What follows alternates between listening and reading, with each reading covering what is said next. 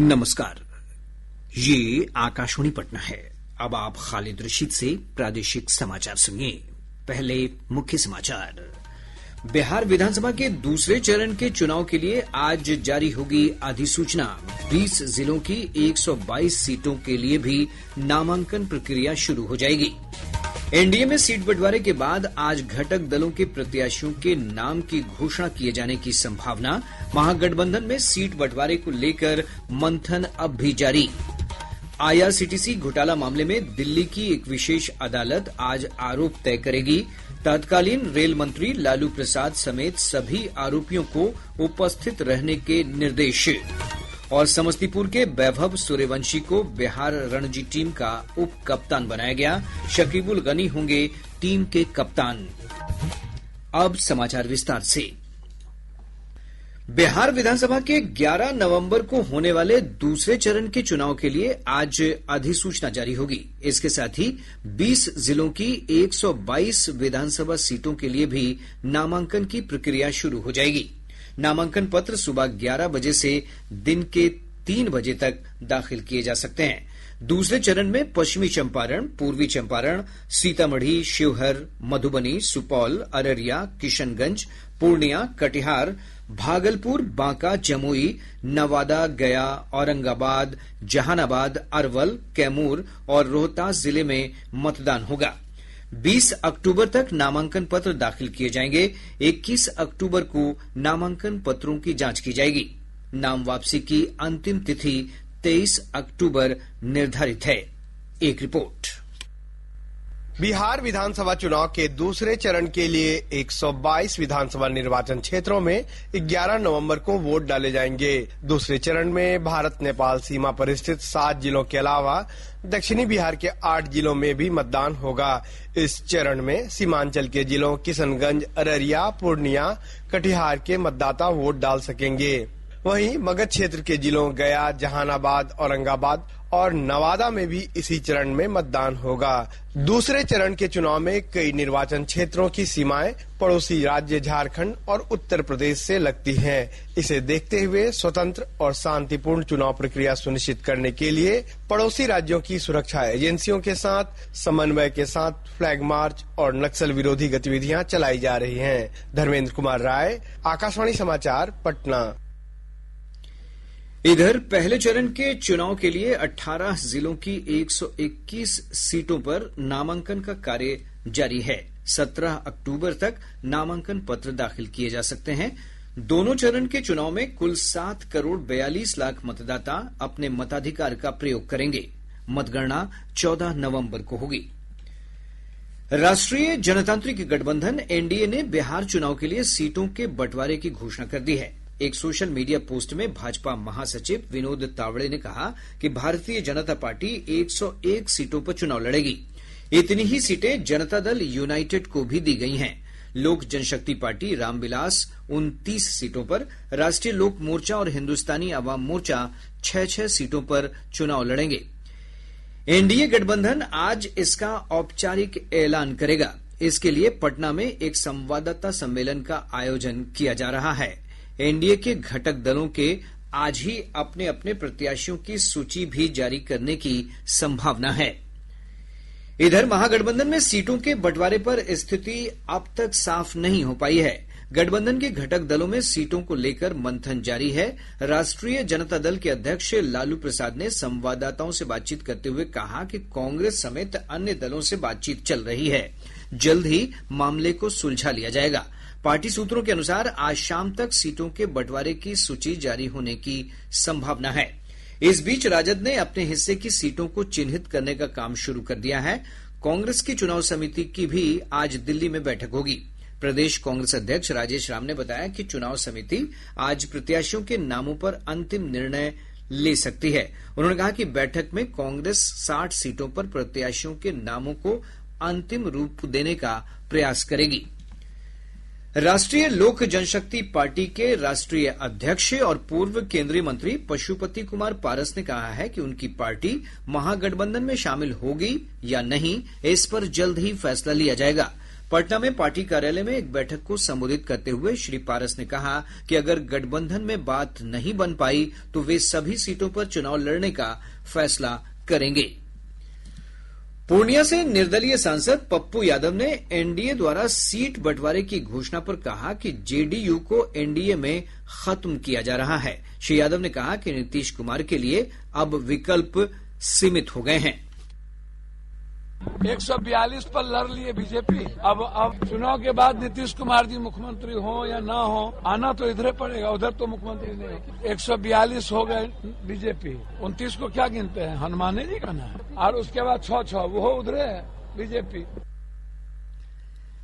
जनसुराज आज अपने प्रत्याशियों की दूसरी सूची जारी करेगा। पार्टी के राष्ट्रीय अध्यक्ष प्रशांत किशोर ने बताया कि पटना में यह सूची जारी की जाएगी। उन्होंने कहा कि इसके साथ ही 100 से अधिक उम्मीदवारों की सूची जारी हो जाएगी। 100 से ज्यादा लोगों की सूची जारी हो जाएगी। जो क्राइटेरिया रखा गया है, जो जनसुराज के अभियान के दौरान बोला गया, जो पार्टी बनाने के लिए कहा गया, जिन साथियों ने जनसुराज के लिए काम किया है, जनसुराज के विचारधारा को घर घर पहुंचाने में कंधा लगाया है, सबसे पहले वरीयता के आधार पर उन्हीं को मौका मिलेगा। चुनाव आयोग ने 59 लोगों को बिहार विधानसभा चुनाव लड़ने से अयोग्य घोषित कर दिया है। आयोग के अनुसार इन्हें जन प्रतिनिधित्व कानून 1951 के तहत अयोग्य घोषित किया गया है। अयोग्य घोषित किए गए लोगों पर पिछले चुनाव के दौरान खर्च का ब्यौरा और अन्य जानकारी उपलब्ध नहीं कराने का आरोप है। इस सूची में मधुबनी के दिनेश मंडल और अनीता कुमारी, अस्थावां के सुशील प्रसाद, राजगीर के पप्पू पासवान, नोखा विधानसभा क्षेत्र के शशिकांत गुप्ता सहित अन्य पूर्व प्रत्याशी शामिल हैं। चुनाव आयोग मतदान के दिन मतदाताओं को मतदान प्रतिशत की रियल टाइम जानकारी प्रदान करेगा। इसके लिए आयोग की ओर से एक ऑनलाइन ऐप ECI नेट का परीक्षण किया जा रहा है। इसके लिए मतदान पदाधिकारियों को प्रशिक्षित भी किया जा रहा है, जो मतदान प्रतिशत का आंकड़ा अपलोड करेंगे।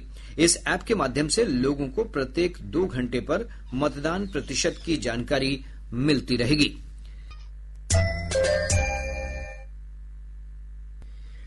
प्रादेशिक समाचार आप आकाशवाणी पटना से सुन रहे हैं। ताजा समाचारों के लिए आप हमारे एक्स हैंडल AIR_News_ पटना पर जा सकते हैं।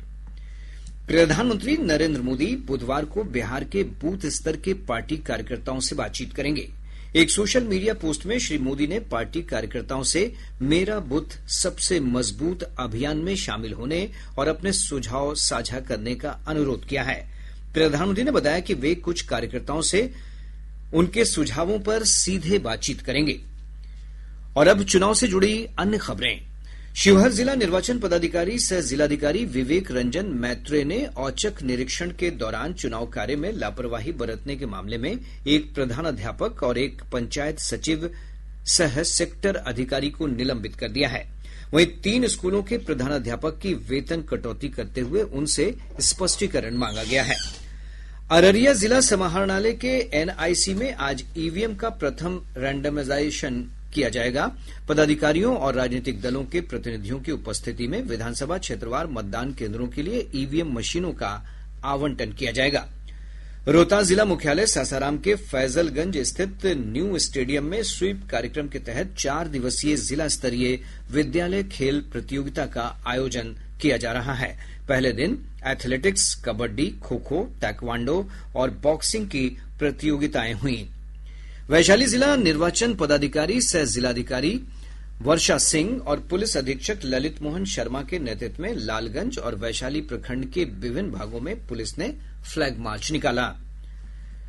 विधानसभा चुनाव की घोषणा होने के बाद अब तक राज्य के विभिन्न भागों में पुलिस ने 9 करोड़ 28 लाख रुपए की शराब जब्त की है। चुनाव आयोग ने बताया है कि इस दौरान 60 लाख से अधिक नगद रुपए भी जब्त किए गए हैं। IRCTC घोटाला मामले में दिल्ली की एक विशेष अदालत आज आरोप तय करने के संबंध में फैसला सुनाएगी। इसके लिए मामले के सभी आरोपितों तत्कालीन रेल मंत्री लालू प्रसाद यादव, पूर्व मुख्यमंत्री राबड़ी देवी और पूर्व उप मुख्यमंत्री तेजस्वी प्रसाद यादव समेत अन्य को अदालत में पेश होने का निर्देश दिया गया है। अदालत ने 29 मई को मामले पर निर्णय सुरक्षित रख लिया था। यह मामला वर्ष 2004 से 2009 के बीच आईआरसीटीसी होटलों के रख रखाव के ठेकों के आवंटन में भ्रष्टाचार के आरोपों से संबंधित है। बिहार विद्यालय परीक्षा समिति की ओर से बिहार माध्यमिक शिक्षक पात्रता परीक्षा का कल से 16 अक्टूबर तक आयोजन किया जाएगा। समिति के अध्यक्ष ने बताया कि राज्य के 9 जिलों में कंप्यूटर आधारित यह परीक्षा 2 पालियों में ली जाएगी। परीक्षा में प्रश्न पत्र माध्यमिक स्तर के लिए पेपर 1 और उच्चतर माध्यमिक स्तर के लिए पेपर 2 होगा। उन्होंने कहा कि परीक्षा के दौरान उम्मीदवारों को प्रवेश पत्र के साथ एक वैध फोटो पहचान पत्र भी लाना होगा।